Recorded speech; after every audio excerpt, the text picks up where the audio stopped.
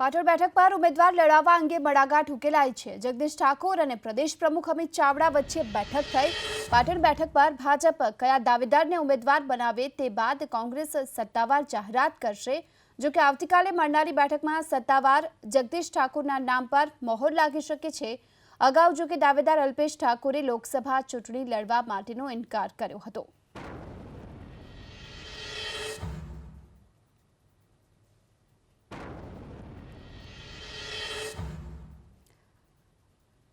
તો આ સાથે જ હાલમાં જગદીશ ઠાકોરને ખભે બેસાડવા થનગની રહ્યા છે કિરીટ પટેલ। કિરીટ પટેલના કાર્યકર્તાઓની હાલત ભેંસ ભાગોળે છાશ છાગોળે જેવી જોવા મળી રહી છે, કારણ કે જગદીશ ઠાકોરનું નામ નિશ્ચિત માની કિરીટ પટેલના કાર્યાલયની બહાર કાર્યકર્તાઓએ મીઠાઈ વહેંચી છે।